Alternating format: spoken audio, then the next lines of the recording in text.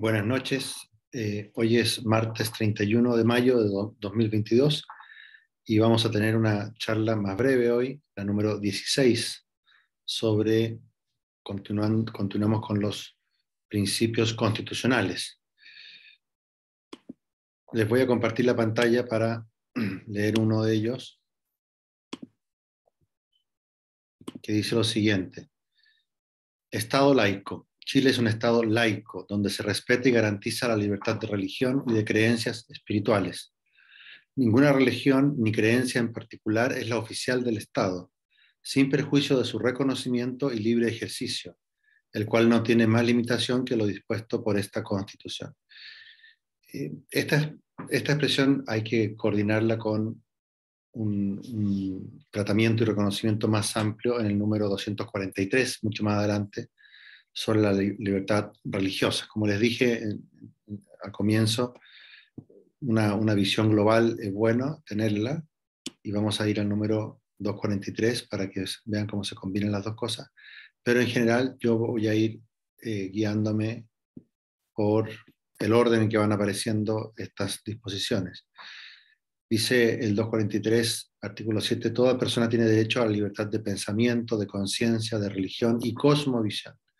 Este derecho incluye la libertad de profesar y cambiar de religión o creencias. Ninguna religión ni creencia es la oficial del Estado, sin perjuicio de su reconocimiento y libre ejercicio en el espacio público o privado, mediante el culto, la celebración de los ritos, las prácticas espirituales y la enseñanza. Podrán erigir templos, dependencias y lugares para el culto, mantener, proteger y acceder a los lugares sagrados y aquellos de relevancia espiritual, rescatar y preservar los objetos de culto o que tengan un significado sagrado. El Estado reconoce la espiritualidad como elemento esencial del ser humano. Las agrupaciones religiosas y espirituales podrán organizarse como personas jurídicas de conformidad a la ley, respetando los derechos, deberes y principios que esta Constitución establece.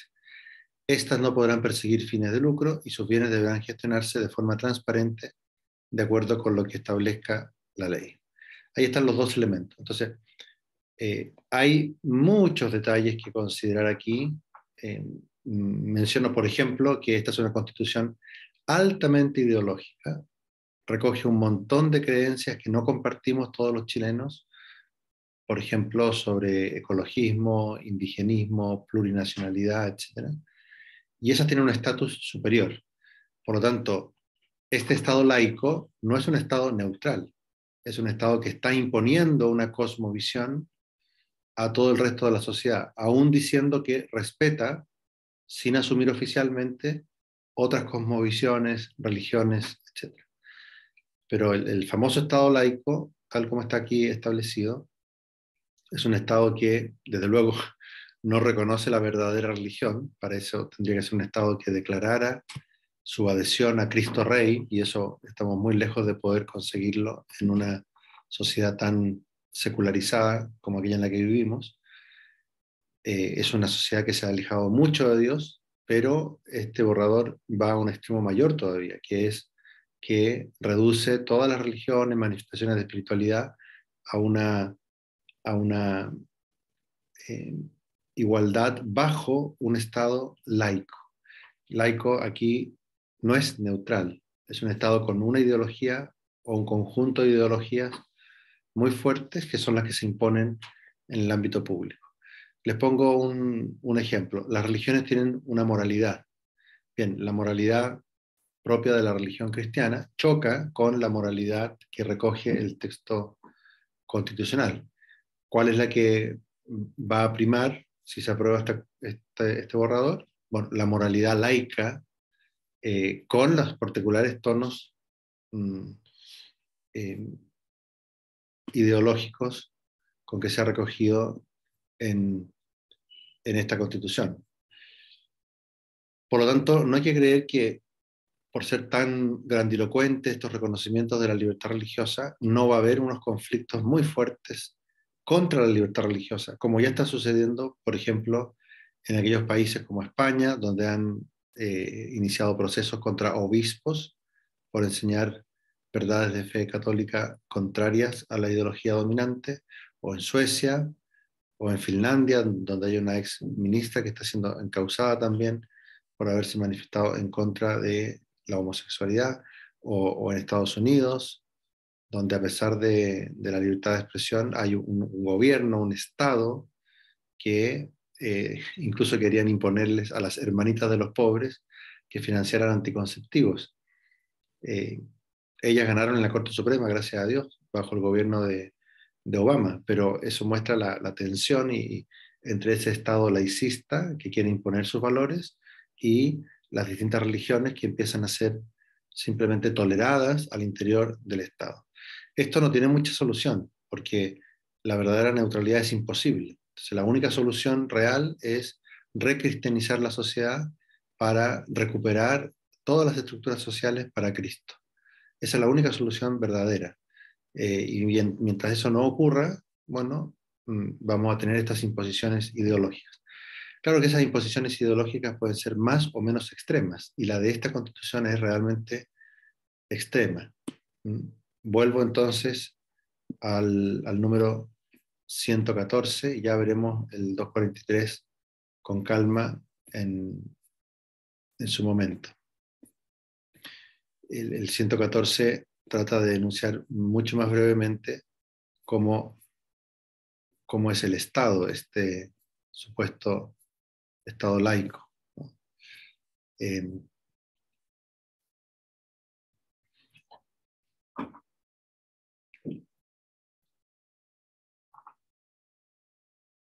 La limitación del libre ejercicio de estas creencias va a ser establecido en la Constitución. Por lo tanto, como esta Constitución es pansexualista, indigenista, ecologista, eh, entroniza las libertades y las disidencias sexuales, etc., todo eso es limitación de la libertad religiosa. Por lo tanto, no sean ingenuos. Todos los que tengan una religión sepan que esta Constitución limita su libertad religiosa con esta cláusula de la limitación por todo lo que está establecido en la Constitución. Repito que eso es así en cualquier Constitución. Por eso se trata de tener una Constitución buena, que esté alineada con los principales valores religiosos y morales de un pueblo. Y esta religión no lo está. Esta es una religión impuesta por minorías muy activas e ideológicas que lanzaron la revolución de octubre del 2019.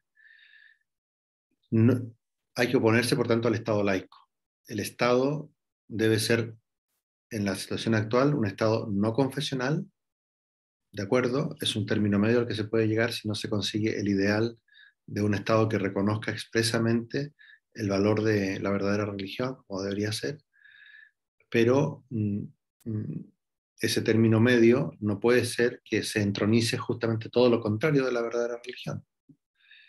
Y por eso hay que oponerse a esta forma de Estado laico falsamente neutral y falsamente respetuoso.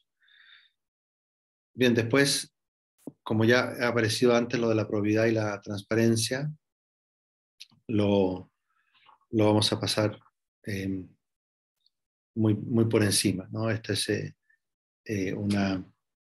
una reiteración de principios que habíamos visto antes, como los de probidad, transparencia y rendición de cuentas, etc. Y con una cuestión que es correcta, que es la primacía del interés general sobre el interés particular y la lucha contra la corrupción.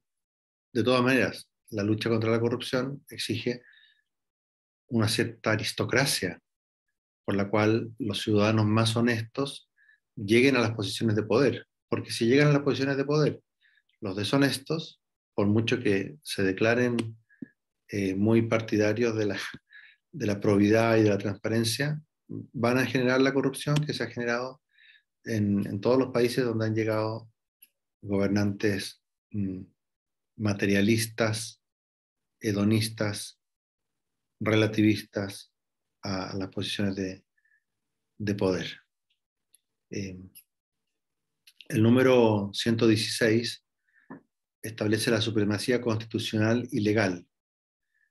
Dice: Chile es un Estado fundado en el principio de la supremacía constitucional y el respeto irrestricto a los derechos humanos.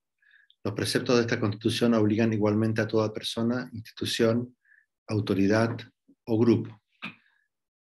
Los órganos del Estado y sus titulares e integrantes actúan previa investidura regular y someten su actuar a la Constitución y a las normas dictadas conforme a ella, dentro de los límites y competencias por ellas establecidos.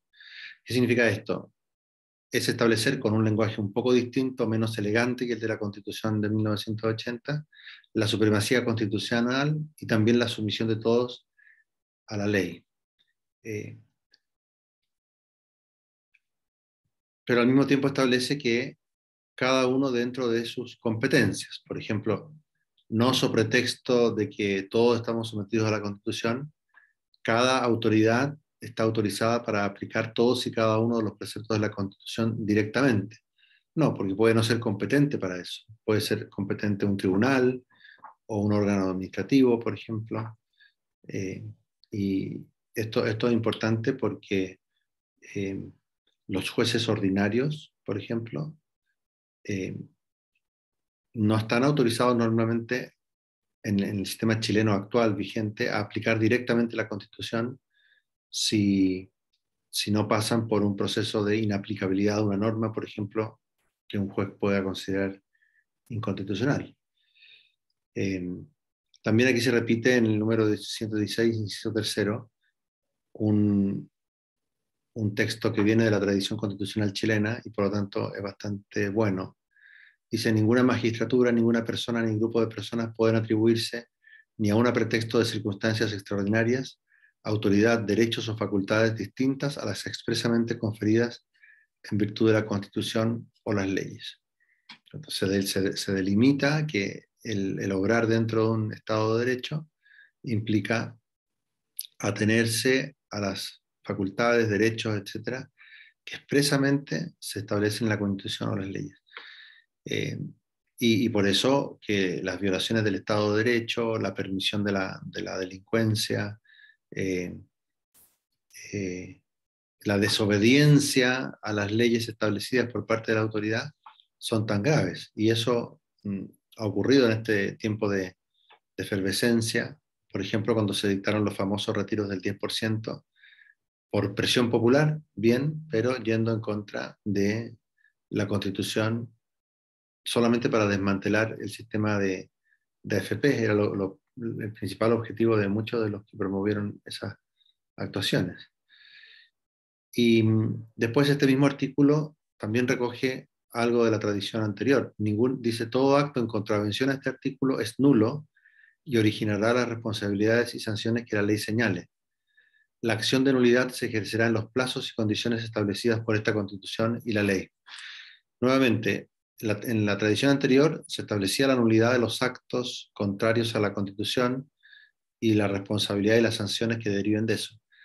Pero no se decía nada sobre cómo se ejercía esta acción de nulidad, que se suele llamar acción de nulidad de derecho público.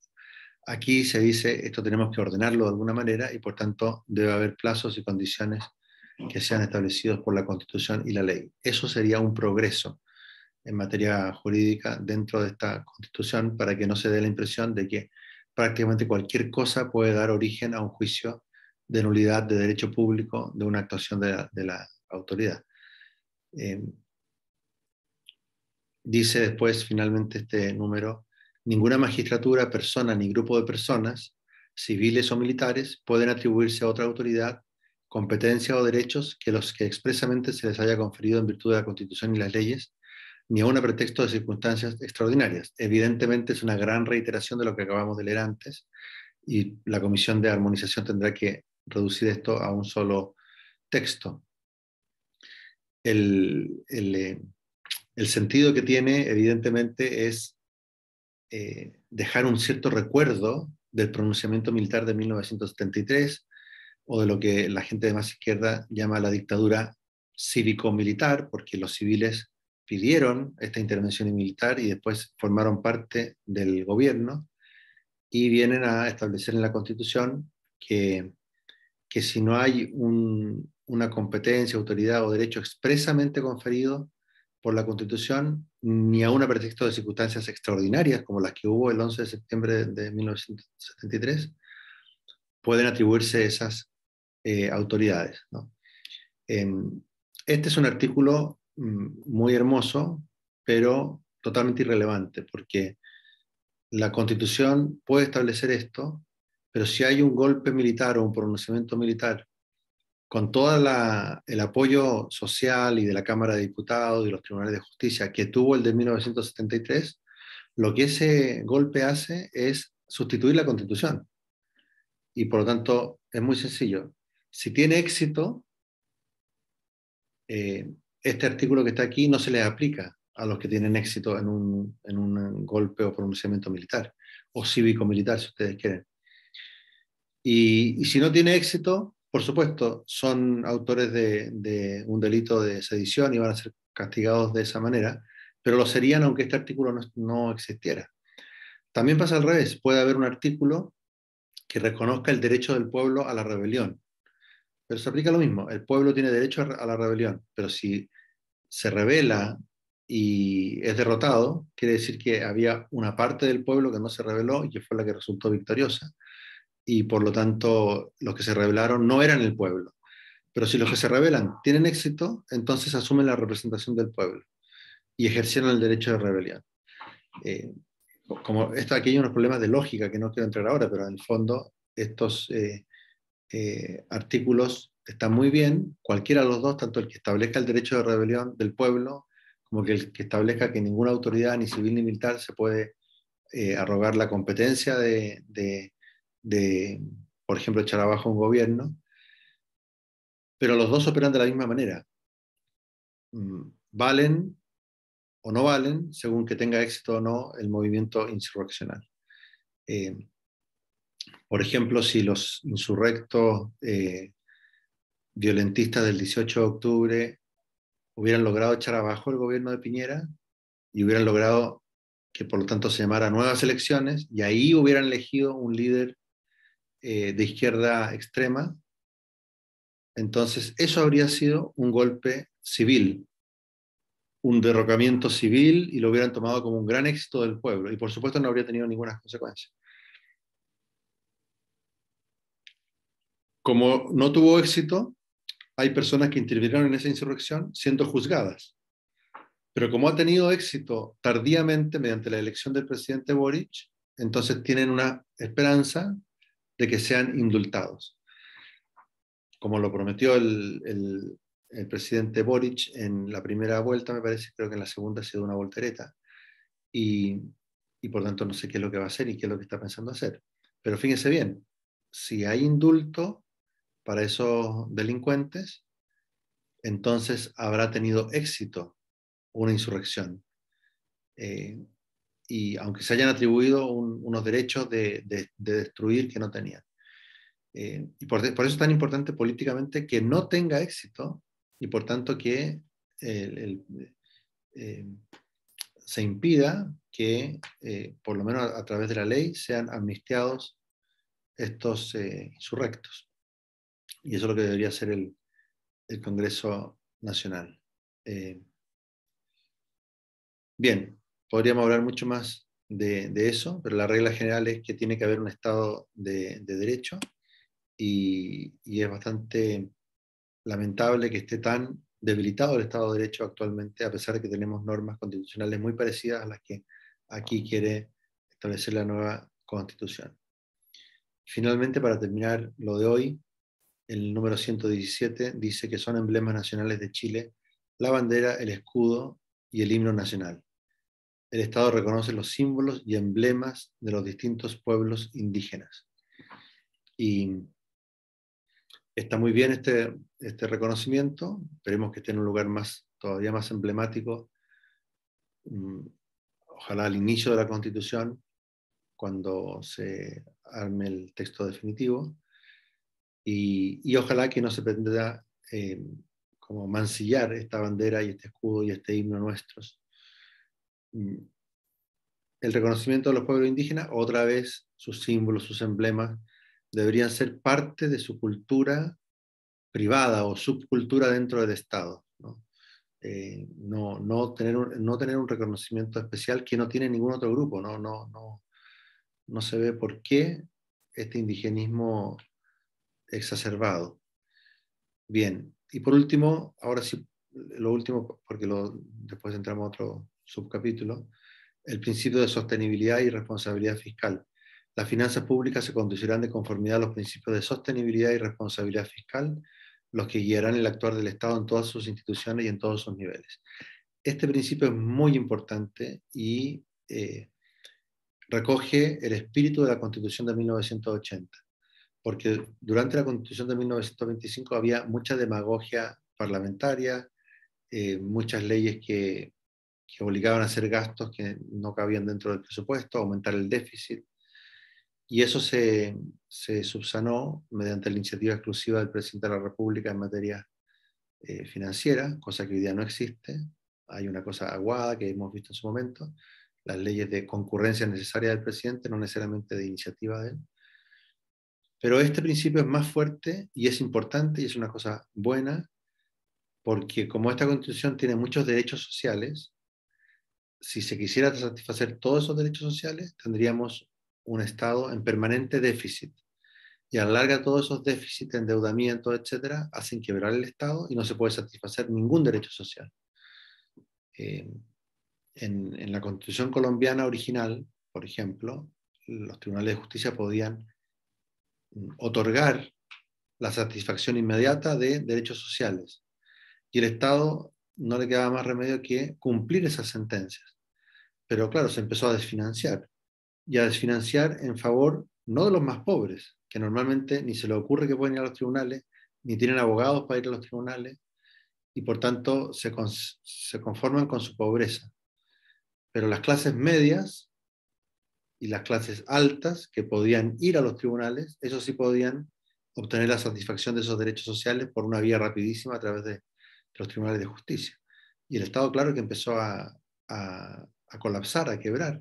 Y eso obligó a hacer una reforma constitucional en la Constitución de Colombia, en la cual se estableció un principio de responsabilidad fiscal. Es decir, que la satisfacción de esos derechos sociales, cuando haya una condena judicial, va a estar supeditada a la disponibilidad de los recursos del Estado. Ese es un principio bueno y me alegro de terminar la sesión de hoy reconociendo algo bueno en este mamarracho, ¿no? Esperemos que cuando termine este proceso con el rechazo, si hay personas que quieran otra vez empezar esta cuestión cansina de hacer una constitución, recojan este principio de responsabilidad fiscal. Yo personalmente soy partidario de que una vez que termine este show, haya una moratoria de 10 años. 10 años sin discusión constitucional, con gobiernos responsables que nos ayuden a salir de esta crisis social, moral, espiritual, económica, financiera, en la que nos han metido los últimos gobiernos y la demagogia, y para qué decir, la ineptitud del gobierno actual. Nos va a costar mucho recuperarnos, ojalá que no sea tan traumático como en 1973, pero que inmediatamente de ocurrido el rechazo, los políticos funestos que tenemos cierren la boca, se dediquen a su trabajo y nos dejen 10 años tranquilos, 10 años sin discusión constitucional. Cuando venga una discusión constitucional serena, tranquila, quizás con gente reposada que ha estado 10 años pensando qué hacer, entonces incluyan entre las cosas que tiene esta constitución, este borrador de constitución, el principio de responsabilidad fiscal. Y nos vemos mañana y esperemos que podamos ir un poco más rápido con lo que sigue. Hasta mañana. Adiós.